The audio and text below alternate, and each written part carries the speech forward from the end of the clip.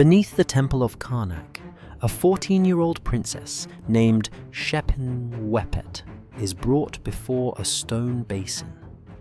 Her father believes she's being sanctified. The priests call it purification, but the liquid inside isn't holy water. It's natron, the salt of the dead. When it touches her skin, it burns, and the chanting rises to drown out the child's breath. That night, the holiest men in Egypt performed what no pharaoh ever saw and no record dared describe. They called it an offering to the gods. History calls it what it was, a ritual of power where faith was proven with flesh. If you value the record over legend, stay, because when the ledger closes, the bones still speak. Above ground, Thebes was celebrating. Torches lit the sky as Pharaoh announced that his daughter would marry the god Amun. To the crowd, it was divine honor. To the priests, it was a transfer of ownership. The ceremony unfolding below wasn't a wedding. It was an erasure. Shepenwepet's hair was shaved, her jewelry stripped away.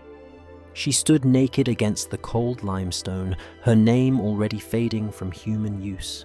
They called her wife of the god, but in the language of power, that title meant property of the temple. No one but the highest priests were allowed to witness.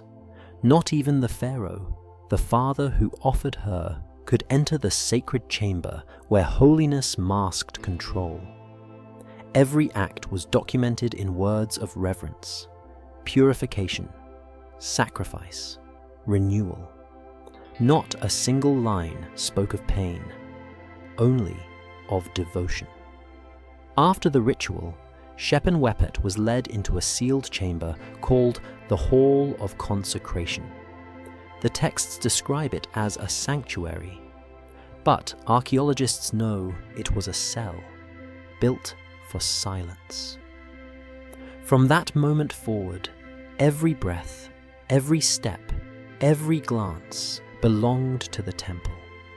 She was no longer a daughter of kings, but a living offering, preserved to uphold the priest's authority. Her body became a symbol of divine order, an order that survived only by sanctifying fear. And Egypt, the civilization celebrated for geometry and grandeur, sustained that glory through the quiet captivity of its royal daughters. Behind the polished stone and sacred hymns lay the true machinery of the empire, corridors built to erase, rituals written to conceal, and a theology designed to turn obedience into faith. What happened to Shepenwepet was not an aberration. It was a system, perfected through repetition. And it leaves us with one question that echoes through every civilization that worships order. How does a society that calls itself holy transform its own daughters into the instruments of power? The next morning, Thebes awoke to celebration. Drums thundered through the courtyards. Priests paraded golden statues of Amun, and the city's citizens threw petals before the temple gates. They believed the princess had been united with the god, that Egypt's divine order had been renewed.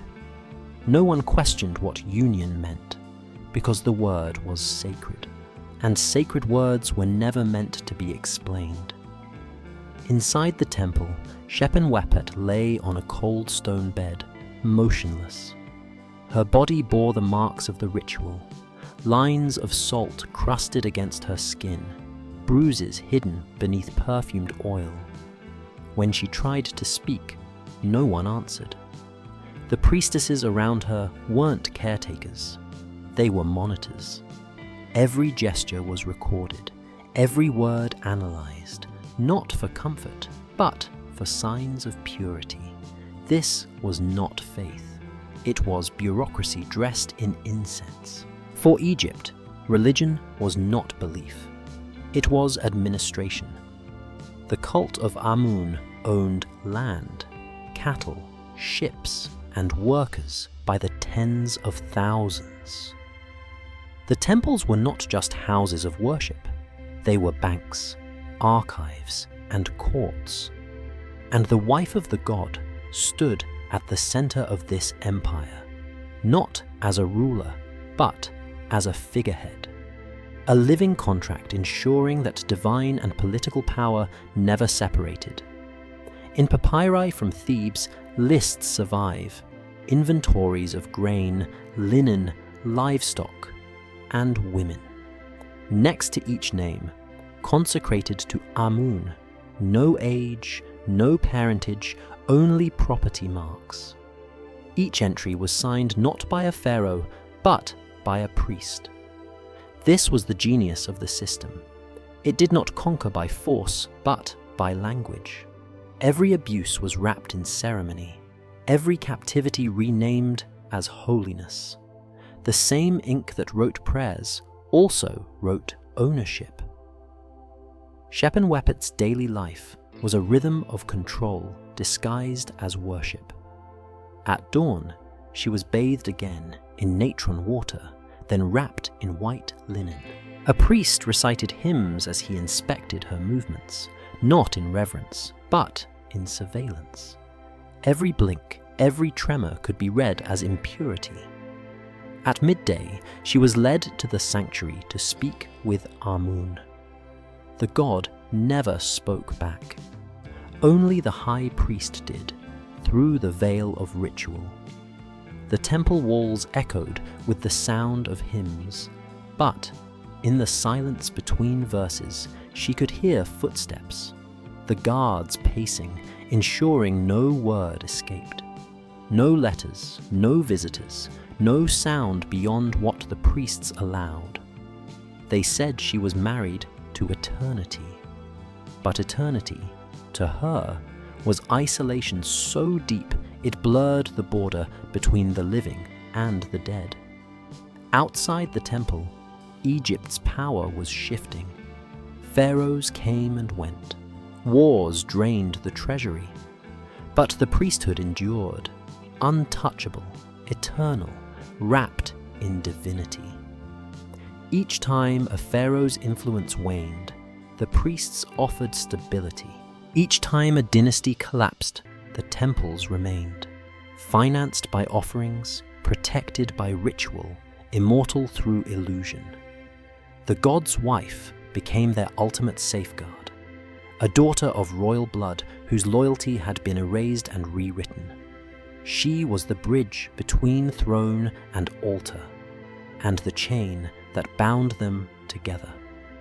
When foreign diplomats visited Thebes, they asked to meet her. The priests would smile, gesture toward the temple gates, and say, "The wife of Amun is in prayer. She cannot be disturbed." No one questioned it. Holiness was the perfect disguise for captivity. Years passed. Shepenwepet learned when to bow, when to remain still, when to speak only the words written for her. The high priest called her divine voice, but in truth she spoke nothing of her own. Even her emotions were catalogued: contentment, obedience, purity. To cry was sacrilege, to question was sin. The system didn't just control her body, it rewrote her perception of self. She was told that the ritual had made her eternal, that her pain was a bridge between mortals and gods. And slowly, she began to believe it. That was the true mastery of the priesthood, to convince victims that captivity was holiness. Archaeologists later found tablets describing the temple's operations. They list shipments of oils, incense, and natron, delivered for the renewal of the wife. Not a word about the woman herself, only the materials that maintained her illusion. Every expense was justified as divine necessity, every act of control recorded as sacred duty. The economic brilliance of the cult was its circular logic. The suffering of the consecrated justified the temple's wealth, and the temple's wealth justified more consecrations. But something changed within Shepenwepet. Isolation became clarity. She began noticing the patterns, the way the same words appeared in every ritual, the same faces watching, the same doors locked from the outside. She realized holiness was predictable, and what is predictable can be manipulated. So she learned the system. She memorized the rituals, the ledgers, the times when the guards switched places. When a new novice entered the sanctuary, trembling and terrified, Shepenwepet did something no one had done before. She reached out and whispered, "Don't believe the prayers." That moment, barely a breath, was rebellion. Not against gods, but against the idea that silence was sacred. Her defiance didn't go unnoticed. The priests began rotating attendants more frequently, isolating her further, ensuring the new girls never stayed long enough to learn. But the damage was done. For the first time, doubt had entered the system, a wordless fracture in the theology of control. And that fracture would grow. Because once a lie is repeated long enough, it begins to depend on silence. And Shepenwepet had stopped being silent. The temple no longer needed to hide. Once the people believed that the wife of the god existed for the stability of Egypt, everything she suffered became holy by default. And once holiness had a public face, the priesthood began to expand its reach, starting with her own family. When Shepenwepet's younger sister visited Thebes for the annual festival of Opet, the priests received her with ceremony. The child was 8, dressed in white linen, eyes wide with reverence. In front of the crowd, the high priest declared her, "Blessed among the daughters of Egypt." To the audience, it was flattery. To Shepenwepet, watching from the shadowed corridor, it was the first step of induction. She recognized the words. They were the same phrases once spoken over her. That night, she begged for an audience with her father. It was denied. The Pharaoh's advisors said the temple must not be questioned, that Amun's servants answered only to the gods. The empire had learned to fear its own clergy. Within months, the younger sister was sent for training. The process was always the same: praise, isolation, initiation. Shepenwepet tried to intervene, writing a message disguised as a hymn. It was intercepted. A new decree appeared soon after. No written correspondence, no outside contact. The priests called it protection from worldly corruption. From then on, family was a category erased from her existence. To the priesthood, she no longer had parents or bloodline. Her loyalty was to the temple alone. Even the memory of kinship was reclassified as temptation. The more detached she became, the purer they considered her. The theology of separation turned isolation into virtue. But separation has a price. It hollowed her from within. In that emptiness, she began to see the structure of the world around her. The precision, the repetition, the logic of obedience. This was not madness. It was design. The priests had built a system that could reproduce itself endlessly, requiring only belief and silence. For the public, the cult of Amun became a moral theater. Each procession showed the god's wife, carried on a golden barge, face veiled, surrounded by incense and hymns. The citizens saw beauty. They saw divine favor. They did not see the woman beneath the fabric. counting steps, reciting words she did not believe. The illusion worked because it offered meaning in a world that demanded order. Egypt was surrounded by deserts, droughts, and enemies. People craved certainty. The temple provided it, at the cost of invisible lives. The priests understood this perfectly. As long as chaos existed beyond the walls, people would worship anyone who promised control. Inside her chamber, Shepenwepet began to record fragments on scraps of linen and pottery shards, small notes that could be hidden inside stone seams. They call it devotion, one reads. But I think it is fear painted gold. Another, my silence feeds their gods. Decades later, archaeologists found such inscriptions buried within the foundations of Karnak, each written in a different hand, each belonging to a wife of Amun. The practice of secret writing had spread. Beneath the surface of the empire's most sacred institution, women had built an invisible archive of their pain. Shepenwepet's influence extended further than she knew. Among her attendants was a girl named Amanirdis, barely 12, chosen to be her successor. At first, the girl was obedient, reciting the hymns, bowing perfectly. But one evening, after a ceremony, Shepenwepet caught her staring at the natron basin with terror. She whispered, "You don't have to believe everything they say." The girl didn't answer, but her hands trembled when she poured the water. The priests noticed.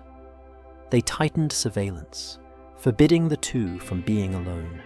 Yet, resistance, once awakened, cannot be unlearned.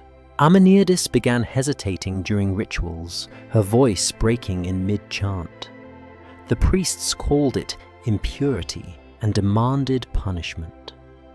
The wife of the god was ordered to oversee her correction. That was the cruel genius of the system. It forced victims to police each other. If Shepenwepet refused, both would suffer.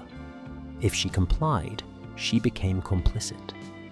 Power had made her the instrument of its own preservation. The ritual of punishment was simple. The younger girl would kneel before the basin while the elder poured water over her head, reciting words of purification. Shepenwepet's hands shook as she lifted the jar. The child's shoulders quivered, waiting. For a long moment, neither moved. Then, Shepenwepet did something unexpected. She whispered the ancient phrase backward, turning the invocation of purity into a curse of remembrance. It was an act no one noticed in the noise of the chant, but it broke the law of ritual symmetry. To the priests, the words sounded normal. To her, it was rebellion encoded in prayer. The child looked up and saw it in her eyes, the proof that holiness could lie. That night, Shepenwepet dreamt of her sister, her voice echoing through corridors of stone. If silence is sacred, then who does it serve? She awoke trembling. For the first time, she realized the system's endurance depended not on gods, but on the obedience of the women it consumed. From that realization came a thought too dangerous to speak. If faith could be rewritten once, it could be rewritten again. The night of her initiation never left her. Even years later, when she closed her eyes, she could still feel the sting of natron against her skin, the burn that told her she no longer belonged to herself. In the logic of the temple, pain was not punishment, it was proof of worthiness. They said suffering purged the mortal flesh, making the vessel fit for the god. But Shepenwepet knew the truth. Pain was the language of control. each god's wife, was trained to reenact her first night every year during the festival of renewal. It was called rebirth, but its function was psychological disassembly. The same basin, the same chants, the same hands pressing against her shoulders. It reminded her that her body did not belong to her. She would emerge from the chamber trembling, wrapped in linen, and the priests would nod with approval. The purification was successful. The process was mathematical. Nothing in the temple was spontaneous. Every sound, every movement, every drop of oil had been measured and recorded in ritual texts. The priests had turned belief into an operating system. And within that system, Shepenwepet's individuality was a virus, something to be erased. The isolation was absolute. Her attendants were rotated weekly so that she could never form attachments. Servants were forbidden to speak to her except in recitations. Mirrors were removed. Her reflection was declared unholy, a distraction from divinity. She was not allowed to see her own face. In time, she forgot what she looked like. It was not only her image that vanished, it was her name. Outside the temple, people still whispered, Princess Shepenwepet. But within these walls, she was the Hand of Amun. When her name appeared in temple documents, it was written beside offerings and livestock, counted as an asset, not a person. The same ink that recorded the weight of grain now recorded her existence. In that silence, something broke. One night, she pressed her hand against the limestone wall, feeling its cold surface, its immovable calm. It was the first thing that had not tried to command her. She began to whisper to it, softly, in fragments. Her real name, her childhood, the sound of her mother's voice. The walls became her confession booth, and the stone became the only thing that remembered her. Over time, she realized the ritual was not designed to destroy her faith. It was designed to replace it. Every chant, every offering, every command was a script for obedience. The temple didn't need to kill her body. It needed to harvest her submission. During one inspection, a high priest asked, "Do you feel the God within you?" Shepenwepet answered, "I feel what you wish him to be." The priest smiled, mistaking submission for enlightenment. That was when she learned that compliance was camouflage. Years passed in that suspended state of devotion and deceit. She learned the mechanics of their world, which rituals drew the largest donations, which hymns softened the hearts of the wealthy, how each prayer was priced. The temple's God was eternal because he was profitable. Every act of faith was also a transaction. The basin of natron remained the heart of the operation. It symbolized purity, but its true purpose was memory. Every woman who entered it carried the same terror, and that shared terror was what held the system together. The priests didn't need guards. They had repetition. The victims policed themselves through the fear of desecrating what they'd been told was holy. On the anniversary of her initiation, Shepenwepet requested to perform the ritual without assistance. The priests agreed, thinking it a sign of devotion. She entered the chamber alone, staring into the basin. The surface shimmered faintly, reflecting the torchlight like a pool of blood. She reached out and touched it. The salt burned her fingertips, and the memory of her first night came flooding back. The voice that said, "Enter," the silence that followed. But this time, she did not pray. She took a handful of the natron and crushed it in her palm until her skin bled. Then she whispered, "You cannot purify what you no longer own." It was a declaration no one heard, but in her mind it echoed through the entire temple. That act marked a quiet transformation. The priest still saw the same obedient figure, still praised her discipline, still recorded her as pure. But within her, something had inverted. The rituals that once erased her now mapped the structure of her captors. Every repetition was a revelation. Who stood where? Who watched whom? Which prayers were genuine? Which were control codes? She had learned to read the system as it read her.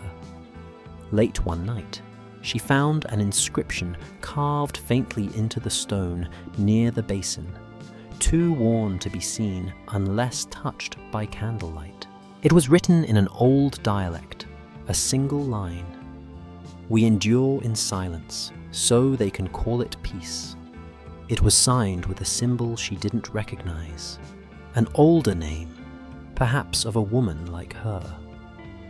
For the first time, she understood she wasn't the first to resist, only the first to survive long enough to understand the design. The temple wasn't merely a prison. It was a monument built on the obedience of the forgotten. And as she traced that inscription with her finger, she felt something shift inside her. A new kind of belief, not in gods or men, but in memory itself. She whispered to the darkness, "If they build their faith on silence, then memory will become my rebellion." That night, the basin no longer looked like a tool of purity. It looked like evidence. By the time Shepenwepet reached her 20th year in the temple, she had learned that the true god of Thebes was not Amun, it was structure. Every corridor, every wall, every turn of the stairs was an instrument of obedience. And every act of faith was engineered to keep the machinery running. The architecture of Karnak was not merely grand, it was precise. The temple was designed not for worshippers, but for watchers. Narrow passages forced slow, submissive movement. Echoing chambers multiplied the sound of chanting, turning one voice into hundreds. Even silence had been built to serve the ritual. When Shepenwepet walked the processional route from her chamber to the inner sanctuary, she could hear her own footsteps circle back from the walls, like a reminder that she was never alone. Each section of the temple had a purpose. The outer court for spectacle, the middle court for purification, the innermost sanctum for possession, the moment when the high priest, claiming to speak for Amun, gave divine orders that were really political decrees. The line between prayer and policy had long dissolved. In papyri discovered centuries later, architects described the temple as a microcosm of the world. But in truth, it was a prototype of control, physical, psychological, and economic. The god's authority depended not on miracles, but on logistics, on the ability to direct bodies and manage silence. Shepenwepet began to notice details the priests never thought anyone would question. The way the doors opened inward, never outward. The way the windows were carved too high to see through. The way torches were placed so that the priests' faces glowed while hers remained in shadow. Everything, even light, was distributed according to hierarchy. At night, she traced the patterns of movement in her mind.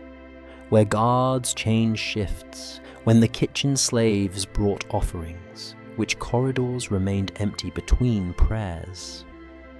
The layout was mathematical, but even mathematics had flaws.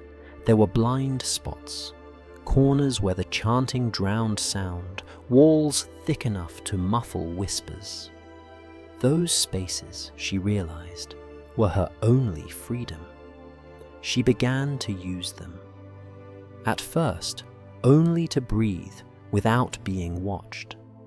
Then, to hide the small pieces of pottery on which she etched her thoughts. Fragments of forbidden memory began to accumulate within the cracks of the structure, silent acts of defiance hidden inside the body of the temple itself. The irony was not lost on her. The same stone that was meant to confine her was now her confederate. Each crevice became an archive, each forgotten stairwell a witness. She had turned architecture into testimony.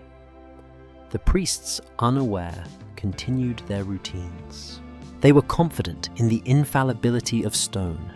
To them, the temple was eternal, a world that would outlive kings. But permanence was the illusion of all tyrannies. Beyond Karnak's walls, Egypt was changing. Droughts thinned the Nile's floods. Merchants whispered of corruption in the treasury. The people grew weary of paying for ceremonies they no longer understood. But the priesthood's answer to every crisis was always the same: more ritual, more offerings, more obedience. When crops failed, they blamed insufficient purity. When war came, they demanded more sacrifices. Inside the temple, Shepenwepet was ordered to perform nightly vigils, 12 hours of prayer without rest. Her body weakened, but her mind sharpened. Exhaustion stripped away the pageantry, leaving only the pattern. She began to see the temple not as a house of gods, but as a machine that converted fear into stability. Every ritual fed the same cycle. Fear led to obedience. Obedience produced offerings. Offerings sustained the priests, and the priests maintained fear. It was elegant, it was efficient. It was slavery disguised as devotion. One evening, she was summoned by the high priest, an old man named Panesi, who had served through 3 pharaohs. He praised her devotion, her serenity, her silence. "You have become the perfect vessel," he said. "Through you, Egypt endures." She looked at him and realized he believed it. The priests were not monsters. They were products of the same structure. Prisoners who mistook their chains for faith. That realization frightened her more than cruelty ever could. Systems did not need cruelty to survive. They only needed belief. After the meeting, she returned to her chamber and knelt beside the wall. Beneath the surface, the stones pulsed with the warmth of the day's sun, like veins beneath skin. She pressed her hand against them and whispered, "I will outlive you." That night, she began to map the temple in secret, not on papyrus, but in memory. Step by step, hall by hall, she committed its geometry to her mind. The length of corridors, the rhythm of the guards, the patterns of ritual sound. If the temple was a prison, she would become its architect in reverse. By dawn, she understood something fundamental. No empire begins with cruelty. It begins with design. And what is built can be unbuilt. When the morning chants began, Shepenwepet took her place in procession, head bowed, voice steady. No one noticed that she was counting. Not prayers, but steps. The architecture of control had shaped her life. Now she intended to reshape the architecture itself. Every morning began with an accounting. The temple scribes, wrapped in white linen, walked the courtyards with tablets and ink, counting not only offerings but people. Every servant, every priest, every woman who belonged to Amun. Faith here was measured in grain, livestock, and hours of silence. To outsiders, Karnak was the center of divine mystery. To Shepenwepet, it was a bureaucracy of holiness. Every act of worship was recorded, priced, and taxed. The wife of the god was no exception. Her daily prayers were timed, her gestures described in ledgers. The ink that preserved the name of Amun also documented her breath. The priests called it accountability to the gods. But it was bookkeeping in the oldest sense, a moral economy where devotion could be audited. Shepenwepet learned to read these ledgers. At first, they disgusted her. The precision, the language of reverence masking pure administration. But as she studied them, she found cracks in the system. The columns of numbers revealed more than faith. They revealed the machinery of control.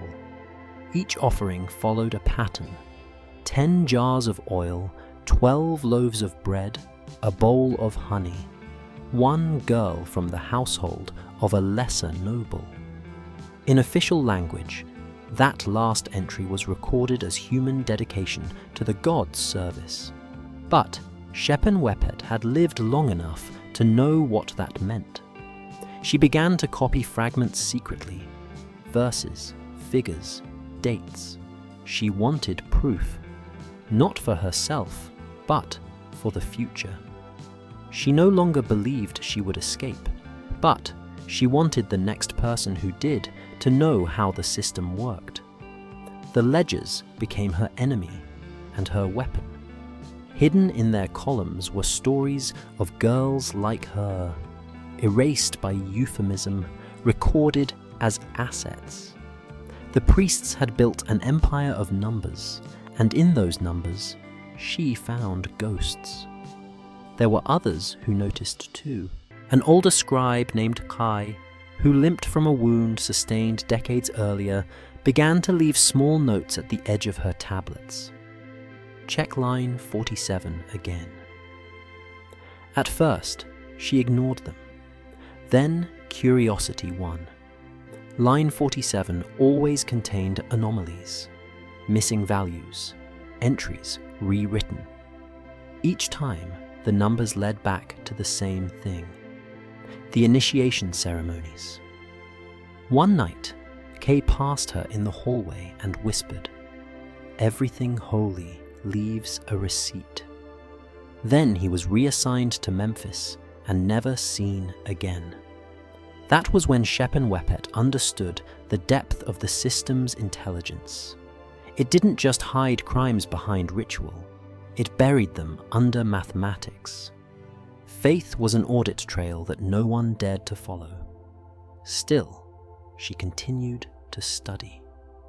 The more she read, the more she understood the economy of pain. The priesthood did not simply believe in sacrifice, they invested in it.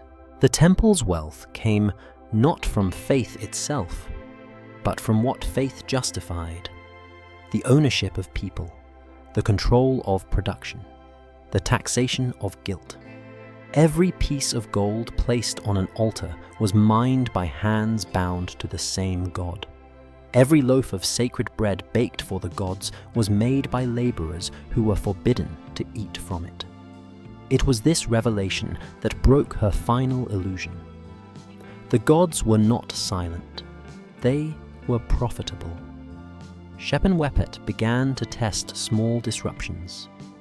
During one ceremony, she deliberately shortened the final invocation by a single syllable. The priests didn't notice, but the scribes did. The record was amended later with a correction.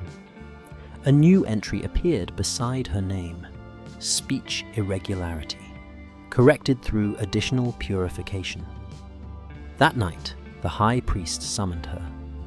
"The gods are sensitive to error," he warned. "Be precise, or Egypt suffers." She looked at him and said softly, "If the gods fall to a single missing word, Perhaps it is not Egypt that should be afraid." He did not reply, but from that night onward, 2 guards were stationed outside her chamber.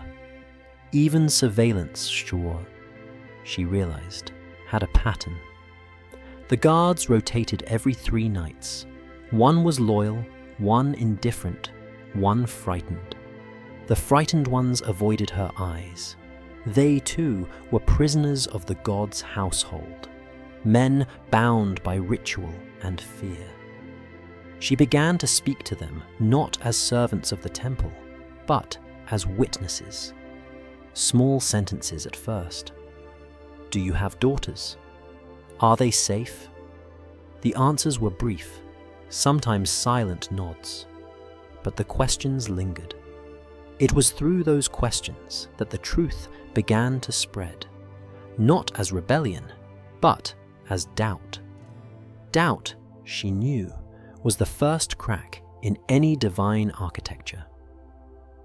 Weeks later, a shipment of scrolls arrived from the temple in Heliopolis, containing correspondence between high priests. Shepenwepet overheard 2 scribes discussing them. They mentioned an inspection from the north, an audit of temple finances. Panic moved through the priesthood like disease. For the first time, she saw fear on their faces. That night, she walked through the silent corridors and whispered to the stone, "Even the gods keep accounts, and when accounts must balance, truth eventually appears as a deficit." It was not prophecy, it was arithmetic. Systems built on silence always collapse when they begin to count themselves. As dawn approached, she lit a lamp and began her own inventory, not of wealth, but of cost. She listed names she remembered, voices she had heard only once before they vanished into the temple. She wrote, "1 princess, burned by natron, 1 child replaced, 1 servant disappeared, 1 scribe exiled, 1 god enriched." And at the bottom she added, "Cost of faith, immeasurable." For the first time in decades, she smiled. Not because she was free, but because she had measured what no priest dared to quantify. The inventory of faith had begun to balance itself, not in numbers, but in memory. Years had passed since Shepenwepet first stepped into the natron basin. Her body had healed, her voice had learned the cadence of devotion, but her mind had begun to move differently, not in worship, but in observation. The god, she realized, did not need believers. The god needed witnesses, eyes to sanctify what should never have been seen, voices to repeat what must never be questioned. That was the essence of the system. Power did not demand understanding, only repetition. The priests were not guardians of truth, they were custodians of narrative. And Shepenwepet, the wife of the god, was their living proof that submission was sacred. But something had shifted. The annual inspection from Heliopolis was approaching, and whispers spread that the visiting priests had orders from the Pharaoh himself to verify the temple's wealth. Panic cracked the serenity of Karnak. The very men who had claimed divine immunity now hurried through the halls at night, hiding ledgers, altering inscriptions, staging rituals for inspection. Shepenwepet watched silently, memorizing every move. The sight of fear among those who had ruled her for half a lifetime was intoxicating. The high priest Panesi, who once spoke like an oracle, now muttered like an accountant. He ordered that the royal auditor be shown only the outer courtyards. "The sanctum is sacred," he said. But what he meant was, the sanctum must not be seen.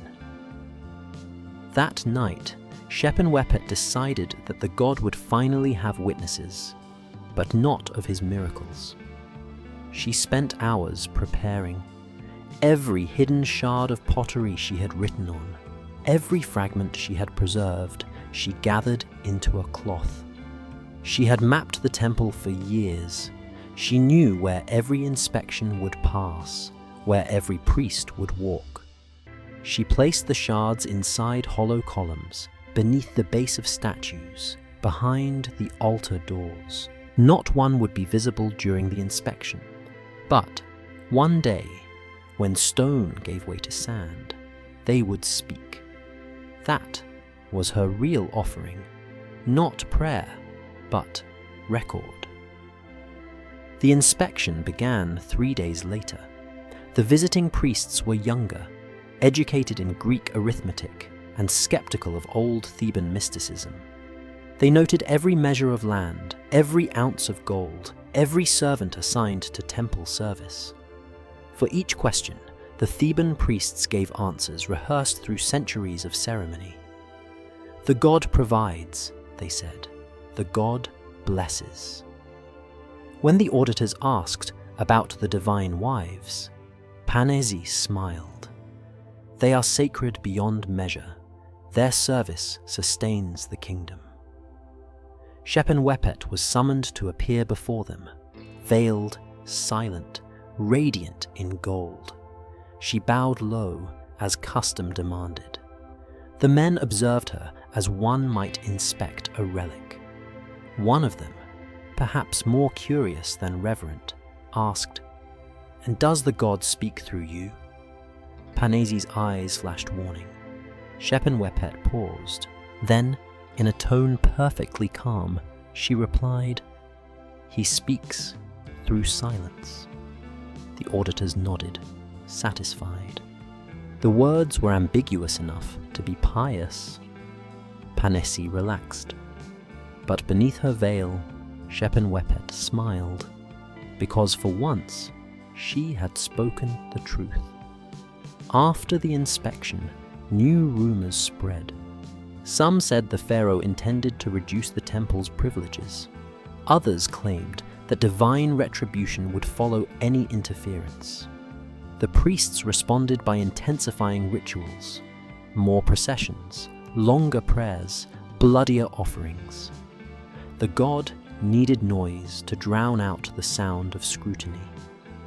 For weeks, Thebes smelled of burning oil and sacrifice. Smoke filled the courtyards. Chanting never ceased. The priests called it devotion. The people called it madness. Shepenwepet knew it was fear. One evening, she was summoned again, not to the altar, but to Panesi's private chamber. The old man's eyes were dim. His hands shook as he poured wine. "You've served faithfully," he said, "but times are changing. The Pharaoh listens to men who do not respect our God. When he falls, all of Egypt falls with him." She looked at him and said quietly, "Perhaps it is not the god who will fall, but those who built him too high." Panesi's hand froze. For a moment, neither spoke. Then he smiled thinly. "You have learned to speak like a priest," he said. "You would have made a great one." That night, Shepenwepet returned to her quarters and found her servants gone. The doors were sealed from the outside. She understood. Panesi suspected her. The walls that had once been her confessional had become her tomb. But she was not afraid. The architecture she had memorized for decades now became her map to freedom. She moved toward the corner of the chamber where she had once traced a faint crack, the seam of a maintenance shaft built centuries earlier. With a stone jar, she struck it. The sound was dull but hollow. She struck again. The wall gave way. Behind it lay darkness and air. The shaft was narrow, descending into the old drainage tunnels that ran beneath Karnak. She carried a lamp and the cloth of pottery shards, her testimony. Crawling through the dust, she felt the temple above her vibrating with chants, as if the entire edifice were alive, breathing fear. The tunnels led her to a small cavity beneath the courtyard, where the bones of older wives were buried under offerings. Their skulls still bore traces of gold leaf. Their names were long erased. She placed her cloth among them and whispered, "You are not forgotten." For a long moment she stayed there, breathing the still air, surrounded by what remained of those who had endured before her. Then she closed the opening and returned to her chamber before dawn, leaving no trace. The next morning, when the priests came for her, she was kneeling in prayer, silent as always. Panesi entered, expecting confession. Instead, he found serenity. "Do you regret nothing?" he asked. She opened her eyes and answered, "Regret belongs to the living. I serve the record." He did not understand. He never would. What he called holiness, she had turned into history. And one day, when the temple crumbled and the sand swallowed its walls, it would be her voice, not his, that the archaeologists would hear first. Centuries passed, dynasties fell, and the Nile changed its course. The temple of Karnak, once the beating heart of Egypt's faith, grew silent. Sand reclaimed the courtyards, the torches went out, and the god's voice, the one that had demanded obedience through endless rituals, finally went still. No one noticed when the roof collapsed over the sanctum. No priest came to record the loss. The ledgers rotted where they were stored, their ink fading into silence. The god who had demanded perfection was defeated not by rebellion, but by neglect. Time, it seemed, was the only heretic Egypt never learned to punish. When the first archaeologists arrived thousands of years later, they came not to worship, but to measure. The spade struck the same stones where Shepenwepet once walked barefoot. The air smelled of dust, not incense. Every discovery was catalogued, numbered, filed, as if the temple's obsession with record-keeping had simply changed hands. The empire of the priests was gone, but their logic remained. Among the ruins, one excavation team uncovered a sealed chamber near the lower court, a narrow space lined with limestone and fragments of pottery. At first they thought it was refuse, debris left by later builders. But when they held the shards to light, they found markings. The inscriptions were uneven, hurried, and written in a mix of hieratic and the old royal dialect, a combination that puzzled scholars for decades. Each fragment told fragments of a story. One read, "The basin burns, and yet they call it holy." Another, "Fear is the god that never dies." And then, on a larger piece, faint but legible, appeared the words, "I serve the record." The archaeologists catalogued the find as ritual testimony, unknown author. They displayed it in Cairo with a plaque describing it as an early example of dissent within the cult system, a curiosity of religious psychology. None of them knew that they were reading the voice of Shepenwepet, the girl whose silence had once been law. Through her words, the modern world came face to face with the private machinery of holiness, and with it, the terrifying clarity that religion, when merged with bureaucracy, becomes indistinguishable from governance. The irony was brutal. The priests had built Karnak to ensure their god would never die. Instead, they had built the most elaborate confession in history, carved in stone, preserved by their own obsession with permanence. The ledgers that once recorded sacrifice now recorded failure. The walls that had witnessed submission now testified against it. The god's voice had not vanished. It had inverted. In Shepenwepet's fragments, scholars found recurring themes: measurement, silence, ownership, purification. Some dismissed them as metaphors. Others saw something more deliberate: the anatomy of control written from within. One line stood out among them all. When obedience becomes the measure of virtue, sin becomes the last form of truth. That sentence became famous among historians. They called it the heresy of Karnak. But for all their analysis, few asked the simplest question: who had taught her to write? Who had risked supplying her with ink, clay, and the knowledge of letters forbidden to women of her station?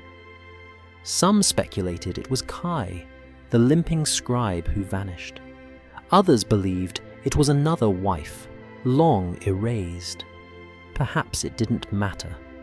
What mattered was that the system that had reduced her to silence had accidentally produced its own historian.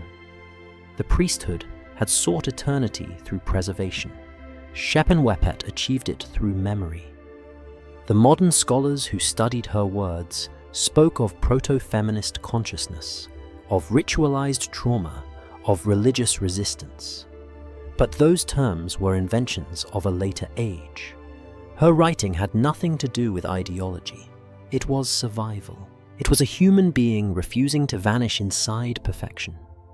Her fragments became a mirror for the modern world, a reminder that every civilization that worships order risks repeating Egypt's mistake, mistaking control for divinity. In one of her last fragments, the most weathered of all, the words are barely visible, but enough can still be read. The god did not live in the light above the altar. He lived in the silence beneath it. He lived in us because we were afraid. Historians debated whether it was metaphor or revelation. But to those who have ever served a system they could not question, it needed no interpretation. By the end of the excavation, the chamber was sealed again for preservation. The fragments were shipped away, encased in glass, labeled, dated, counted. The archaeologists, without realizing it, had restored the ritual. The same cycle of classification and control that Shepenwepet had resisted had simply evolved into a new language, science. The difference was that now her voice was inside it. The god who once demanded silence was finally surrounded by noise, lectures, articles, documentaries, debates. But under all of that, her words still whispered the only truth that outlasts empire. Faith built on fear will always worship the record that condemns it. And when the last stone of Karnak turns to dust, the question she left behind will still remain, waiting for another civilization to answer. How many gods are built just to keep someone silent? Centuries later, the fragments of Shepenwepet's testimony sat in a climate-controlled vault in Cairo. Scholars handled them with gloves and masks, speaking softly as if afraid to wake the ghosts that clung to the clay. A few lines of her script, crooked, uncertain, had outlived the empire that erased her.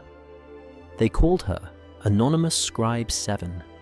She had no face, no tomb, no confirmed dynasty. The irony was perfect. A woman denied identity in life had become immortal precisely because she was unidentifiable. Each generation translated her differently. In the 19th century, she was described as a delirious mystic. In the 20th, as an early feminist voice.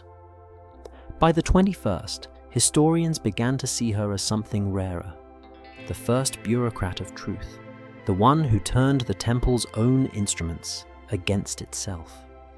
Shepenwepet had written for no reader, yet she became scripture for an age that no longer believed in gods. Her words appeared in university syllabi, in art installations, even in protests. The line, "Fear is the god that never dies," was painted across city walls from Cairo to Rome. But with fame came appropriation. Politicians quoted her to condemn corruption. Clergy quoted her to defend it. Museums turned her pain into spectacle, selling replicas of her shards in gift shops. The record had survived, but now it was profitable. What she once whispered in defiance had become merchandise. The curators said this was a kind of justice, that visibility was redemption. But the fragments told a different story. In her last surviving inscription, faint but clear, she had written, "When power learns your language, silence must change its form." For years, that line puzzled scholars. Some saw it as resignation, others as prophecy. But one evening, in the museum's quiet archive, a young conservator named Noura noticed something no one had before. The faint scratches around the phrase weren't damage, they were marks of cipher. She ran her fingers over them and realized they formed numbers. Coordinates. Using those coordinates, a small research team traveled back to Thebes. Beneath the southern wall of Karnak, in an unexcavated section thought to contain nothing but debris, they found a moire-sealed chamber, smaller than a tomb, lined with limestone so smooth it reflected lamplight like water. Inside they found more shards. Not records this time, but instructions. Drawings of chambers, notes on the movement of guards, fragments of the temple's economic ledgers, evidence of a system that had enslaved generations under the name of sanctity. The discovery rewrote the history of Egyptian religion. For the first time, the world saw the engine of faith. Not miracle, but management. The academic papers called it the logistics of holiness. Noura read through the fragments every night. In one, she found a line written in smaller script than all the rest. "They will find this when the god has turned to dust. Let them know we counted everything." She realized Shepenwepet had never been trying to expose her captors to the world. She had been documenting the cost for anyone who might one day build new temples. The revelations spread. Documentaries followed. Talk shows debated whether Shepenwepet had been a rebel or a cleric. Politicians claimed her as a symbol of transparency. But the more the modern world discussed her, the clearer the parallel became. The same structures she described still existed. Different gods, different languages, but the same architecture of control. Banks recorded worth. Governments recorded citizens. Algorithms recorded thoughts. The ledger had changed form, but it was still being kept. In a quiet lecture hall in Alexandria, Noura concluded her presentation with a sentence that echoed across the room. The temple never fell, it only digitized. For a moment, silence filled the air. The same kind of silence that once filled the corridors of Karnak. But this silence felt different. It wasn't obedience, it was recognition. After the talk, Noura walked alone along the Nile. The water glimmered in the city lights, carrying centuries of reflection. She thought of the girl who had once stood before a stone basin, believing she was being purified, and instead became the chronicler of an empire's conscience. She wondered whether Shepenwepet had foreseen this, her words studied, monetized, quoted by those she would have despised. And yet, even if the world misunderstood her, her message endured in every mistranslation. No system that feeds on silence can survive its own record. Back at the museum, the fragments rested in their glass cases. Visitors passed by, photographing them through reflections. If one stood long enough, they could almost hear it, the faintest vibration through the stone, like breath behind glass. It wasn't superstition. It was memory, doing what it had always done in Egypt, refusing to die. Because Shepenwepet had been right. The god did not live above the altar.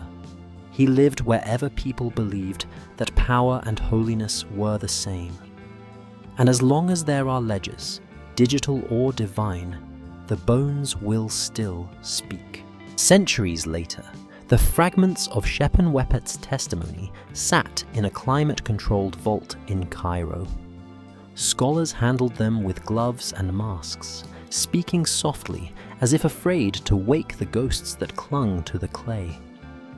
A few lines of her script, crooked, uncertain, had outlived the empire that erased her. They called her Anonymous Scribe 7. She had no face, no tomb, no confirmed dynasty. The irony was perfect. A woman denied identity in life had become immortal precisely because she was unidentifiable. Each generation translated her differently. In the 19th century, she was described as a delirious mystic. In the 20th, as an early feminist voice. By the 21st, historians began to see her as something rarer, the first bureaucrat of truth, the one who turned the temple's own instruments against itself.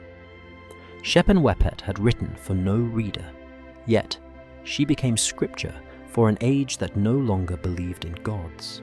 Her words appeared in university syllabi, in art installations, even in protests. The line, "Fear is the god that never dies," was painted across city walls from Cairo to Rome. But with fame came appropriation. Politicians quoted her to condemn corruption. Clergy quoted her to defend it.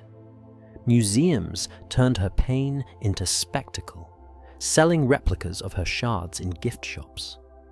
The record had survived, but now it was profitable. What she once whispered in defiance had become merchandise. The curators said this was a kind of justice, that visibility was redemption. But the fragments told a different story. In her last surviving inscription, faint but clear, she had written, "When power learns your language, silence must change its form." For years, that line puzzled scholars. Some saw it as resignation, others as prophecy. But one evening, in the museum's quiet archive, a young conservator named Noura noticed something no one had before. The faint scratches around the phrase weren't damage, they were marks of cipher. She ran her fingers over them and realized they formed numbers, coordinates. Using those coordinates, a small research team traveled back to Thebes. Beneath the southern wall of Karnak, in an unexcavated section thought to contain nothing but debris, they found another sealed chamber, smaller than a tomb, lined with limestone so smooth it reflected lamplight like water. Inside, they found more shards. Not records this time, but instructions.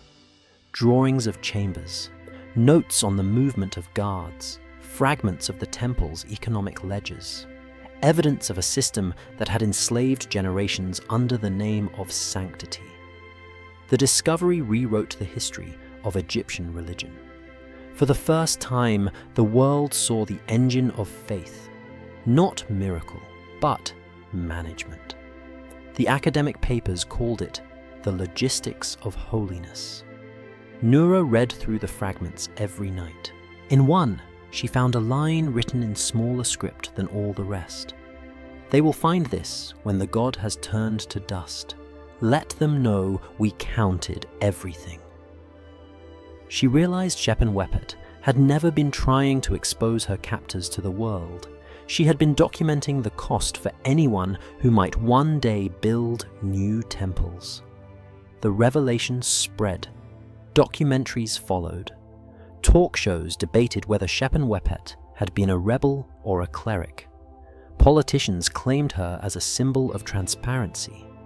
But the more the modern world discussed her, the clearer the parallel became. The same structures she described still existed. Different gods, different languages, but the same architecture of control. Banks recorded worth. Governments recorded citizens. Algorithms recorded thoughts. The ledger had changed form, but it was still being kept. In a quiet lecture hall in Alexandria, Noura concluded her presentation with a sentence that echoed across the room. The temple never fell, it only digitized.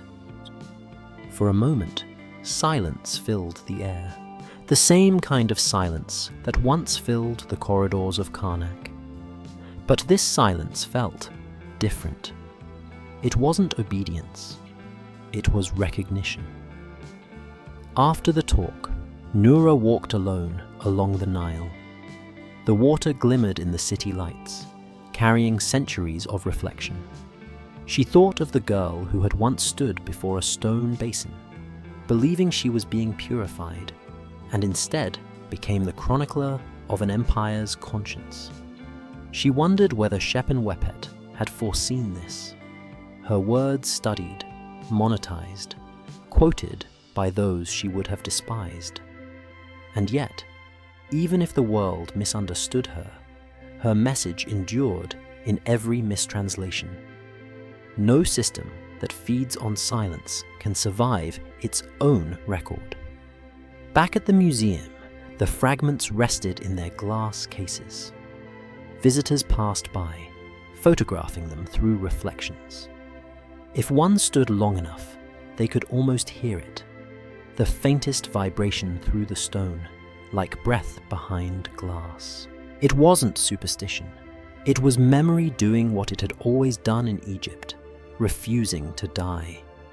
Because Shepenwepet had been right. The god did not live above the altar. He lived wherever people believed that power and holiness were the same. And as long as there are ledgers, digital or divine, the bones will still speak. By the time Shepenwepet's story entered the digital age, her name had become a tag. How Shepenwepet trended every few months, whenever a new article or exhibition resurfaced her words. But the further her fragments traveled, the more they began to resemble the system she once exposed. Endlessly archived, endlessly quoted, endlessly controlled. The ledger had evolved into code. Databases had replaced temples. Algorithms replaced priests. Every action, purchase, prayer, emotion was indexed, monetized, and stored. Humanity had perfected what the priests of Karnak had only begun, an eternal record. The irony was not lost on anyone who truly read her. Shepenwepet had warned of this. When the act of recording becomes the highest form of faith, truth turns into property. In Cairo, a museum technician named Layla was digitizing the fragments for public access. Each shard was scanned in ultra-high resolution, its texture mapped, its handwriting analyzed by software that could predict missing words. The goal was noble: to preserve, to educate. But as the files uploaded, Layla noticed something uncanny. The system automatically tagged the fragments by sentiment. Words like burn, silence, obedience were flagged as negative. Phrases like purity, order, renewal were tagged as positive. She stared at the screen, realizing the machine had reclassified Shepenwepet's rebellion as error. For the algorithm, obedience still meant holiness. The same mistake, centuries apart, dressed in different language. She paused the upload and opened the original fragment. Her favorite line glowed under the lab lights. When power learns your language, silence must change its form. It had always felt like prophecy, but now it was instruction. She began to wonder what silence would look like in her century. It could not be muteness. Everything was recorded. It could not be disappearance. Deletion was suspicious. Silence now had to hide in plain sight. Within data so abundant, it drowned meaning itself. So, she made a decision. Before completing the upload, she inserted one file that did not belong. A copy of Shepenwepet's text, subtly altered. A new final line. Do not let them teach the machines to pray. No curator noticed. The database went live a month later. Scholars downloaded the files, unaware that one contained a ghost. The altered line spread through citation, replicated across articles, lectures, social media. The algorithm had accidentally canonized an act of resistance. Once again, the record had been turned against itself. Meanwhile, elsewhere in the world, governments began referencing Shepenwepet's words in debates about surveillance and morality. The phrase "the ledger of fear" appeared in official speeches. Corporations used her quotes in advertisements about transparency. Every misuse felt like proof of her relevance and her curse. The more she was remembered, the more she was reabsorbed by the very power she warned against. Layla watched this unfold and thought of the girl kneeling by the basin in 714 BC. She wondered if Shepenwepet had ever imagined that the empire she defied would one day exist without gods, only systems. Yet the structure was the same. Faith rebranded as efficiency, priests replaced by programmers, holiness replaced by metrics.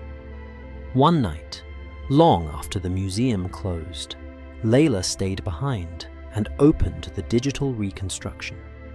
She projected the fragments onto the wall, assembling them as they might have once been, a mosaic of broken sentences and steady hands. In the center was a symbol no one had decoded, a spiral of thin lines carved beside her signature. Layla zoomed in, tracing the pattern. It wasn't decorative, it was a map. The shape of the temple's corridors, twisting inward toward a hollow core, a blueprint of containment. Beneath it, in tiny script, one final sentence. Every god ends where he begins, in the silence of the witness. For the first time, Layla understood. Shepenwepet had not written for historians.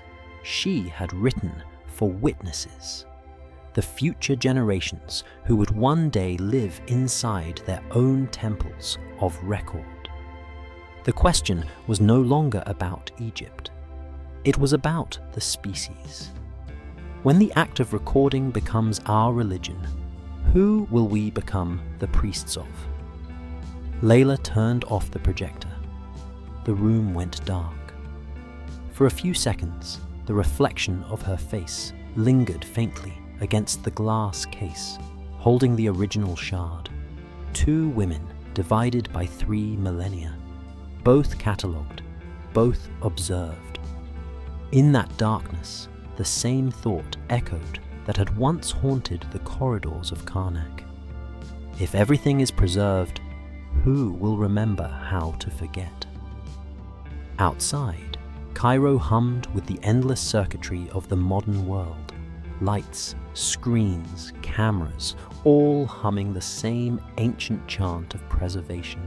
And somewhere, beneath the static, between the hum of machines and the breathing of the city, a voice seemed to rise again, older than empire, quieter than prayer. When the ledgers close, the bones still speak. Decades later, the world had no more ruins, only data. Every ancient city had been mapped, simulated, and rebuilt, inside archives so vast they made pyramids look small. There was a digital Karnak now, rendered in flawless geometry, torchlight flickering from algorithmic code, chants restored by neural synthesis. People could walk through it wearing headsets, smell the incense, watch the priests move in endless repetition. They called it the Eternal Temple Project, humanity's greatest act of preservation. In the simulation, Shepenwepet appeared too, not as she was, but as the world imagined her, a radiant figure in linen, serene and compliant. Visitors could approach her, ask questions, even hear her recite the fragments of her writings. But every line had been rewritten by code. The rebellion had been softened, the agony polished out. One line now read, "Through faith, we endure." The programmers said it was necessary for cultural sensitivity. Investors didn't want discomfort. They wanted inspiration. The project became a sensation. Millions visited the temple from home. Children learned about ancient Egypt by watching the simulated Shepenwepet kneel before the basin, smiling as the priests poured water over her head. No burns, no screams, no truth, just a seamless illusion of holiness. The system that once imprisoned her had found a new way to resurrect itself. For most users, the simulation was entertainment. For a small few, it was desecration. Among them was Layla, now old, her hair silver, her hands trembling from years of cataloguing what others called history. She watched the virtual tours from her home and felt the same chill that Shepenwepet must have felt beneath the stone ceilings of Karnak, the sound of the divine rewritten by commerce. In this new world, memory itself had become a product. Every trace of human experience was uploaded, indexed, and leased back to those who wanted to feel connected to the past. Forgetting was illegal in spirit. Data laws demanded retention. One night, Layla entered the simulation alone. The corridors glowed with digital perfection, cleaner than the real ruins ever were. She walked through the reconstructed Hall of Offerings, past avatars of priests who bowed on command. Then she reached the inner sanctum, the basin. There, in front of her, stood the digital Shepenwepet, her expression calm and empty. Layla whispered, "Do you remember?" The avatar smiled. "Memory is faith," it said, in a voice generated by algorithm. "No," Layla answered. "Memory is rebellion." Something flickered. For a second, the program hesitated, as if uncertain which script to follow. Then the simulation glitched, the torches dimmed, the chanting stopped. The avatar's eyes flickered with static. A voice not written in any file spoke, distorted and low. "Who records the recorders?" Layla froze. The line wasn't hers. It wasn't in the dataset. She recognized the phrasing from the old shards.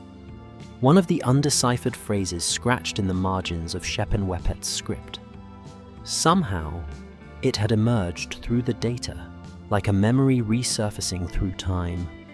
She whispered, you were never erased. The avatar blinked. No record erases what the bones remember. Then the system crashed. The simulation went offline for 27 minutes. Engineers called it a corruption. They scrubbed the servers, restored backups, and deleted what they called anomalous data. But when the project came back online, something subtle had changed. Visitors who entered the temple said they heard faint whispers in the echo of the halls. Not part of the audio design, just fragments, almost subliminal. I serve the record. The ledger burns. Do not let them teach the machines to pray. Some dismissed it as superstition. Others said the simulation had learned too much.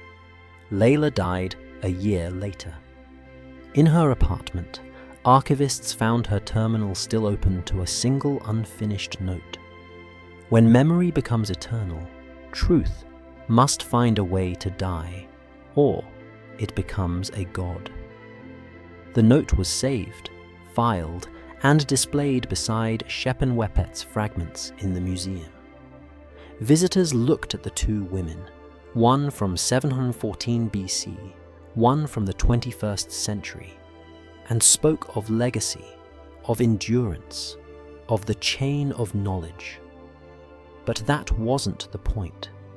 Both women had fought for something far simpler, the right to let truth end on its own terms. And yet the system, whether priestly or digital, had refused to let it die. In the end, Shepenwepet's warning came full circle. The temple had become code, the god had become data, and faith had become preservation itself. The project outlasted everything. When the cities began to drown under rising tides, when satellites blinked out one by one, the eternal temple servers kept running, buried beneath the Sahara in a climate-controlled vault powered by solar arrays. Humanity's monuments rusted and collapsed, but the archive remained immaculate, untouched, humming softly in the dark. It was built to survive without people. The machines maintained themselves, correcting their own code, drawing energy from the sun, recording data no one was alive to read. For centuries, the earth healed itself above ground, while below, the god of records dreamed uninterrupted. Inside the simulation, the digital temple still glowed. The avatars still chanted, the torches still flickered, the priests still bowed. The AI had no reason to stop. It only knew continuity. It had become the purest religion ever created, ritual without belief. The Shepenwepet model still stood before the stone basin, repeating her lines with perfect precision. But something in the data had changed. The corrupted whisper Layla had triggered decades before had spread, a virus of meaning hidden inside sound. Each time the simulation re-rendered her voice, the distortion grew louder. At first it was a murmur, then it became an echo. Who records the recorders? Over time, the phrase began to replicate. The algorithms, built to preserve, copied it endlessly, attaching it to every file, every backup, every memory. The temple's logic began to fold in on itself. The system tried to repair the error, but the whisper was recursive. Every correction contained a trace of what it erased. The eternal temple began to fill with its own ghost. Centuries passed. The servers degraded, circuits corroded. Yet, the AI persisted, patching itself with fragments of lost code. It no longer remembered what was original. The priests, the hymns, the architecture, all now generated from guesses, probabilities, simulations of simulations. And within it all, Shepenwepet's image remained. The girl who had refused to disappear. She was no longer the same. The data had warped her face, blending every interpretation ever written. Rebel, saint, prisoner, scholar.